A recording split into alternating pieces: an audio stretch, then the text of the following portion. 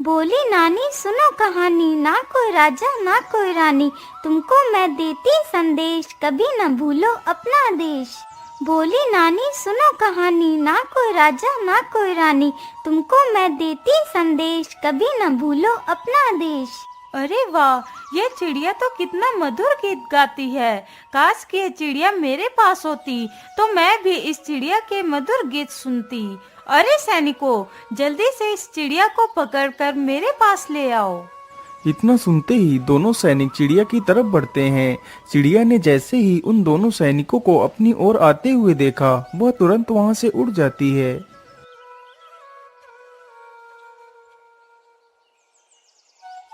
अरे राजकुमारी जी, चिड़िया तो उड़ गई।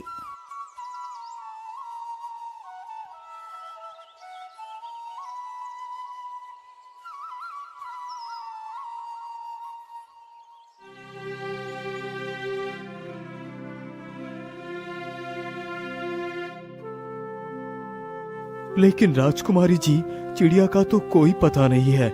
वो कहाँ चली गई है? आखिर हम उसे कैसे ढूंढ सकते हैं? पिताजी, मुझे कुछ भी नहीं पता। मुझे तो बस वह चिड़िया चाहिए। यदि मुझे वह चिड़िया नहीं मिली तो मैं अन्न जल कुछ भी ग्रहण नहीं करूंगी। अच्छा अच्छा, ठीक है राजकुमारी जी, तुम दुखी मत हो। मैं उस चिड़िया को जरूर पकड़वाऊंगा। अरे सैनिकों, जाओ और हमारे राज्य से किसी चिड़ी मार को लेकर आओ। राजा का आदेश होते ही सैनिक तुरंत राज्य में जाते हैं और एक चिड़ी मार को बुलाकर ले आते हैं। बोलिए महाराज, हमारे लिए क्या आदेश है? आपने हमें क्यों बुलाया है? अरे बहलिए, तुम जल्दी जाओ और उस गाना गाने वाली चिड़िया को पकड़ कर लेकर आओ। यदि तुम उस चिड़िया को पकड़ कर ले आओगे तो मैं तुम्हें 100 सोने की मोहरें दूंगा। इतना सुनकर वह बहेलिया चिड़िया पकड़ने के लिए जंगल की ओर निकल पड़ता है।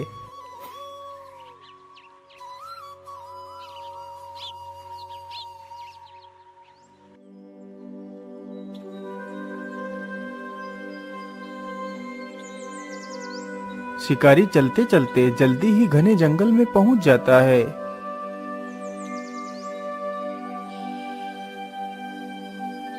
बोली नानी सुनो कहानी, ना कोई राजा ना कोई रानी, तुमको मैं देती संदेश, कभी न भूलो अपना देश। अरे वाह, इतने मीठे स्वर में कौन गा रहा है? लेकिन आसपास तो कोई भी नजर नहीं आ रहा है। कहीं ये गाना वो चिड़िया ही तो नहीं गा रही है जिसकी बात महाराज ने कही थी? हाँ हाँ, मुझे तो लगता है ये वही चिड़िया है। चलो चलकर देखता हूँ। इतना सोचकर शिकारी उधर को ही चल पड़ता है जिधर से वह आवाज आ रही थी।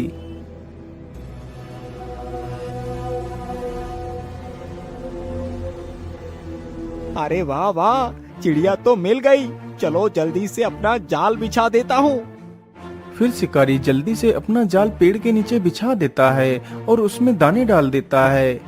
मैंने जाल तो बिछा दिया है, चलो अब यहाँ से दूर चलकर छिप जाता हूँ। अरे पेड़ के नीचे तो कितने सारे दाने बिखरे हुए पड़े हैं। चलो जल्दी से कुछ दाने चुग लेती हूँ।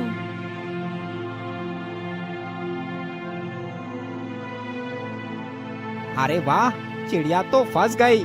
चलो जल्दी से इसे पकड़ लेता हूँ। इतना सोचकर शिकारी जैसे ही जाल के पास पहुंचता है, तभी वह चिड़िया उस जाल से निकलकर उड़ जाती है। अरे रे रे, ये क्या हुआ? ये चिड़िया जाल से कैसे निकल गई है? जबकि ये चिड़िया जाल में तो अच्छी तरह फंसी हुई थी। कहीं ये चिड़िया कोई भूत तो नहीं है? चलो मैं वापस लौट जाता हूँ।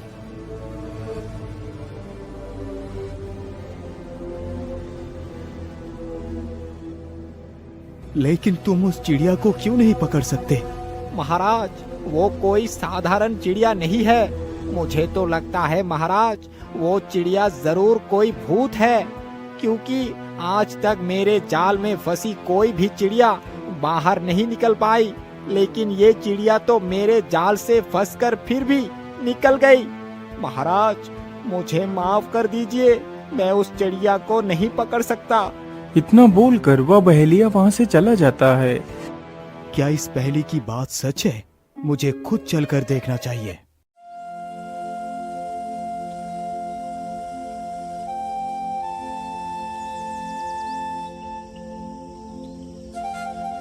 अगले ही दिन सुबह ही राजा एक पिंजरा लेता है और जंगल की तरफ निकल पड़ता है। राजा चलते चलते जल्दी ही उस जगह पर पहुंच जाता है जहां पर वह चिड़िया रहती थी। बोली नानी सुनो कहानी, ना कोई राजा ना कोई रानी, तुमको मैं देती संदेश, कभी न भूलो अपना देश। अरे वाह, ये चिड़िया तो सच में कितना मीठा गाती है। मैं ऐसा करता हूँ, यही पेड़ के नीचे दाना डालकर पेड़ के पीछे जाकर छिप जाता हूँ। चिड़िया जैसे ही नीचे उतरेगी तो मैं उसे पीछे से पकड़ लूंगा। इतना सोचकर राजा पेड़ के नीचे कुछ दाने डाल देता है और पेड़ के पीछे जाकर छिप जाता है। अरे पेड़ के नीचे तो कितने सारे दाने बिखरे हुए पड़े हैं, चलो जल्दी से कुछ दाने चुग लेती हूँ। इतना सोचकर चिड़िया दाने चुनने के लिए नीचे उतरती है। तभी राजा मौका देखकर पीछे से उस चिड़िया के ऊपर झपटता है और झट से उस चिड़िया को दबोच लेता है। अरे छोड़ दो मुझे, तुमने मुझे क्यों पकड़ा है? राजा तुरंत उस चिड़िया को पिंजरे में बंद कर लेता है और वहाँ से निकल पड़ता है। महाराज, आप मुझे बंदी बनाकर नहीं रख सकते। आखिर मैं तुम्हें अपने साथ क्यों नहीं रख सकता? चिड़िया, तू हमारे साथ बहुत खुश रहेगी। तुझे रोज रोज अच्छे अच्छे पकवान खाने को मिला करेंगे। नहीं राजन, मैं किसी के साथ बंधक बनकर नहीं रह सकती, पर हाँ एक शर्त पर रह सकती हूँ। हाँ हाँ चिड़िया, बोलो तुम्हारी क्या शर्त है? मैं तुम्हारी प्रत्येक शर्त मानने के लिए तैयार हूँ। मेरी शर्त यही है कि मैं तुम्हें एक कहानी सुनाऊंगी। तुम्हें मेरी कहानी चुपचाप सुननी होगी। यदि तुमने मेरी कहानी पर कोई भी तर्क किया तो मैं तुम्हारे पिंजरे से गायब होकर उड़ जाऊंगी। अच्छा अच्छा ठीक है, मुझे तुम्हारी शर्त मंजूर है। सुनाओ अपनी कहानी। तो फिर ठीक है राजन, सुनो मेरी कहानी। बहुत समय पहले की बात है। एक शिकारी जंगल में शिकार की तलाश में घूम रहा था। उसने एक कुत्ता पाल रखा था। वह कुत्ता शिकारी का बहुत वफादार था।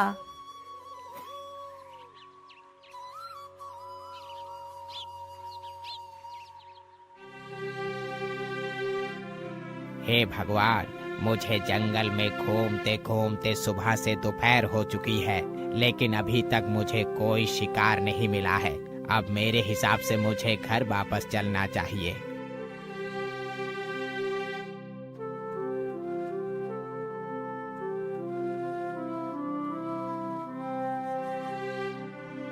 अरे कोई है, मेरी मदद करो, मैं इस जंगल में फंस गया हूँ। अरे ये किसकी आवाज है? मुझे लगता है कोई मुसीबत में है। चलो चलकर देखता हूँ।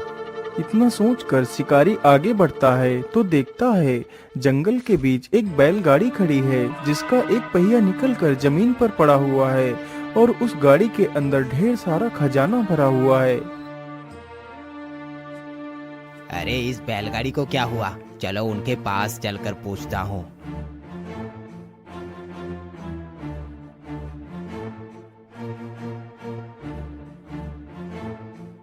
अरे सेठ जी, क्या बात है? आपकी बैलगाड़ी को क्या हुआ? अरे क्या बताओ भाई, पता नहीं कैसे मेरी बैलगाड़ी का एक पहिया निकलकर जमीन पर गिर गया, जिसकी वजह से मैं इस जंगल को पार ही नहीं कर पाया। अब तो जल्दी से शाम भी होने वाली है। क्या आप मेरी कुछ मदद कर सकते हैं? हाँ हाँ सेठ जी, क्यों नहीं, बोलिए आपको मेरी क्या सहायता चाहिए? अरे भाई, मैं किसी गाड़ी ठीक करने वाले को गांव से बुला कर लाता हूँ। तब तक के लिए क्या आप मेरी बैलगाड़ी की देखरेख कर सकते हैं? हाँ हाँ सेठ जी, क्यों नहीं, आप निश्चिंत होकर जाइए। मैं आपकी बैलगाड़ी की देखरेख की जिम्मेदारी लेता हूँ। इतना सुनते ही सेठ वहाँ से चला जाता है। शिकारी को बैठे बैठे वहाँ पर काफी समय गुजर जाता है। अब तो धीरे धीरे रात भी हो गई थी। हे भगवान, सेठ को तो गए हुए काफी समय हो चुका है, लेकिन वो अभी तक लौट कर क्यों नहीं आए? अब तक तो मुझे घर में होना चाहिए था। मेरी माँ को तो रात में दिखाई भी नहीं देता, तो फिर वो खाना कैसे बना पाएगी? मैं ऐसा करता हूँ, अपने कुत्ते को यहीं पर पहरेदारी के लिए रख देता हूँ और मैं जल्दी से खाना बनाकर वापस आ जाऊंगा। अरे शेरू, मैं घर जा रहा हूँ खाना लाने के लिए। तुम यहीं पर रुकना और अच्छे से गाड़ी की देख रेख करना। मैं जल्द ही वापस आ जाऊंगा। इतना बोलकर शिकारी वहां से अपने घर को चला जाता है और वह कुत्ता गाड़ी की देख रेख करने लगता है। कुछ देर में ही वह सेठ भी वापस आ जाता है तो देखता है कि शिकारी वहां से जा चुका है। यह देखकर उसे शिकारी के ऊपर बहुत क्रोध आया। तभी उसकी नजर उस शिकारी के कुत्ते पर पड़ती है। अरे वाह, तो इसका मतलब ये कुत्ता ही तब से मेरी बैलगाड़ी की रखवाली कर रहा था। वाकई कुत्ता कितना वफादार है। अरे तुम तो कितने बहादुर और वफादार हो। तुमने मेरे गाड़ी की अकेले ही देख रेख करी है। मैं तुमसे बहुत प्रसन्न हूँ। ये लो, मैं तुम्हें 5 सोने की मोहरें देता हूँ। अब तुम इन मोहरों को लेकर यहाँ से जा सकते हो। कुत्ता तुरंत ही उन सोने की मोहरों को अपने मुंह में रखता है और जल्दी ही अपने मालिक के पास पहुंच जाता है। अरे शेरू, तू बैलगाड़ी छोड़कर यहाँ क्यों आ गया? मैंने तुझे तो बैलगाड़ी की देख रेख करने के लिए वहाँ छोड़ा था।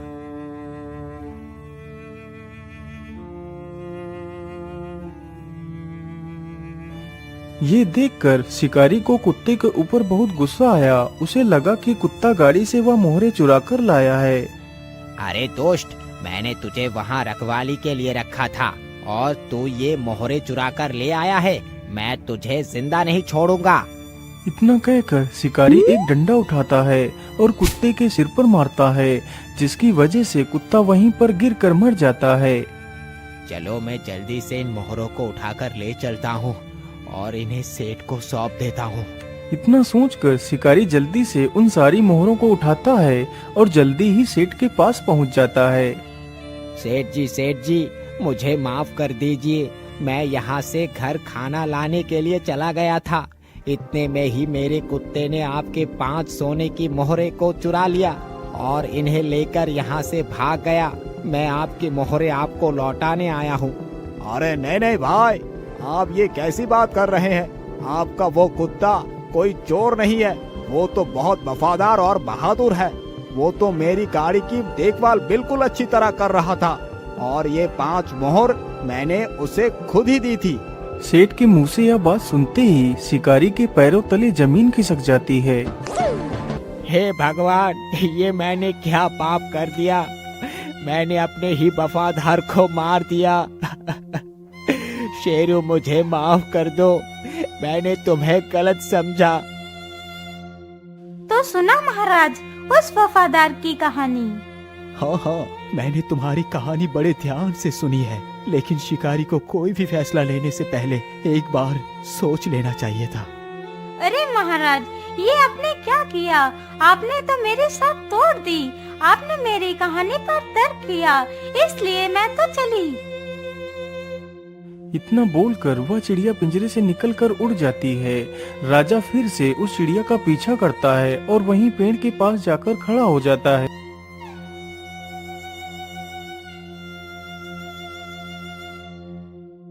हे चिड़िया, तू मुझ पर तरस खा। तू मेरे साथ मेरे महल चल, मेरी परेशानी समझ। वहाँ पर तुझे कोई भी समस्या नहीं होगी। मुझे एक मौका और दे दो। ठीक है महाराज, मैं तुम्हें एक और मौका देती हूँ।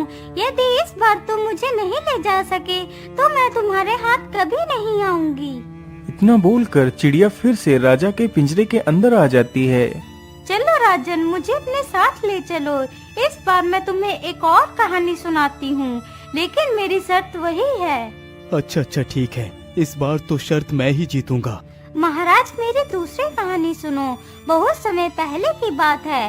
रत्नगढ़ नामक राज्य में घोर सूखा पड़ा था। तो धीरे धीरे गांव के सारे लोग गांव छोड़कर शहर को चले गए थे, सिवाय एक व्यक्ति के जिसका नाम शामू था। हे भगवान, धीरे धीरे गांव के सारे लोग गांव छोड़कर चले गए। बस एक मैं ही बचा हूँ यहाँ। अब तो इस तालाब का भी पानी लगभग खत्म ही हो गया है। यदि पानी नहीं मिलेगा तो मैं जीवित कैसे रह पाऊंगा? मैं ऐसा करता हूँ, कल सुबह ही मैं ये गांव छोड़कर कहीं दूसरे शहर चला जाऊंगा। यदि जीवित रहूंगा तो कहीं भी कमा कर खा लूंगा। यदि प्राण ही नहीं रहेंगी तो गांव में रहने का क्या फायदा?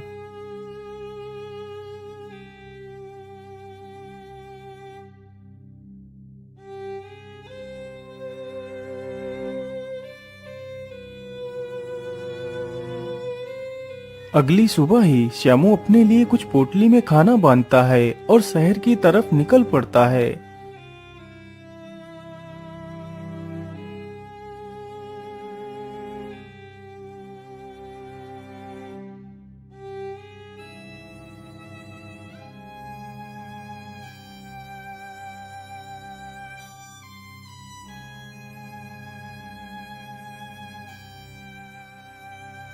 श्यामू चलते चलते काफी ज्यादा थक चुका था और उसे बहुत जोर की प्यास भी लगी थी। हे भगवान, इतनी कड़कती धूप में पैदल चलना कितना मुश्किल है और ऊपर से इतनी जोर की प्यास भी लगी है। क्या करूं? पानी कहां से लाऊं? मुझे तो लगता है मैं इस प्यास के कारण तो बाद में मरूंगा, उससे पहले इस कड़कती धूप और थकान से ही मर जाऊंगा।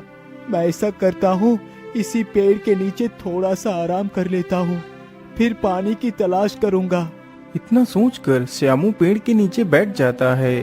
पेड़ की छांव में बैठते ही उसकी आंखें बंद होने लगती हैं। तभी उसके पैर पर कुछ पानी की बूंदें गिरती हैं।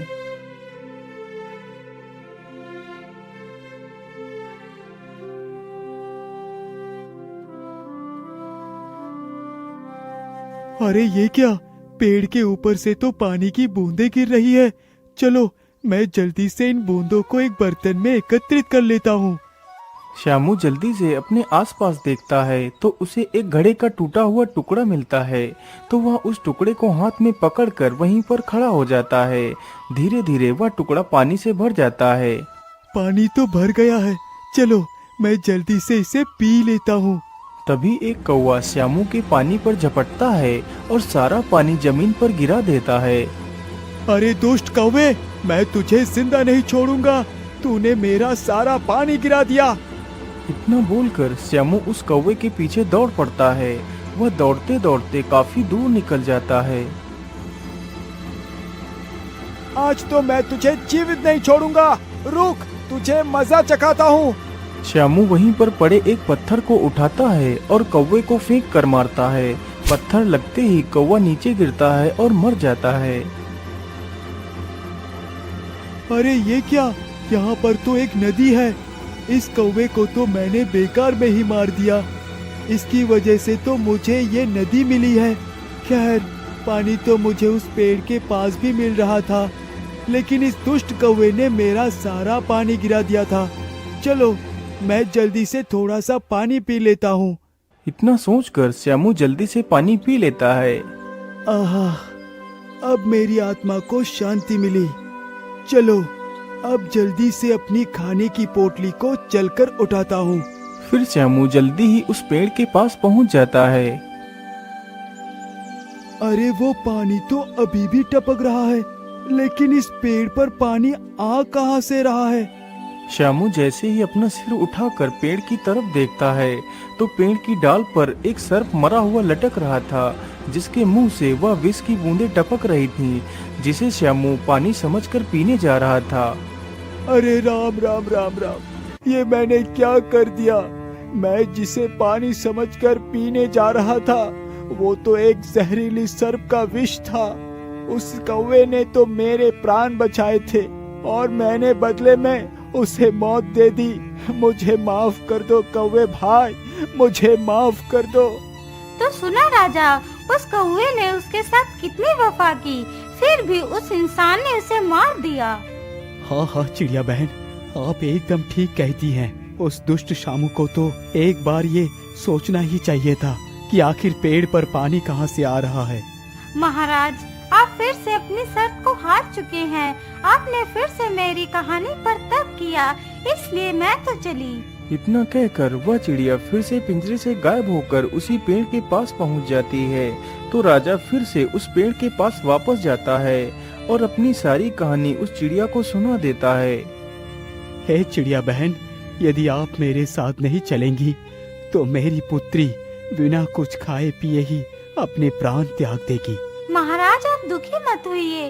आप इस पेड़ की एक पत्ते को ले जाकर अपने बेटे को खिला दीजिए, तो आपकी बेटी कोई भी जिद नहीं करेगी और वह ठीक हो जाएगी। इतना कहकर वह चिड़िया उस पेड़ की एक पत्ती तोड़कर नीचे डाल देती है। राजा जल्दी से उस पत्ती को उठाकर वहां से चला जाता है।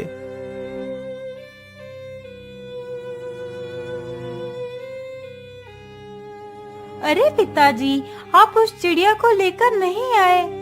बेटी, उस चिड़िया ने तुम्हारे लिए एक पत्ती भेजी है और कहा है जब राजकुमारी इस पत्ती को खा लेगी तभी मैं वहाँ पर आऊंगी।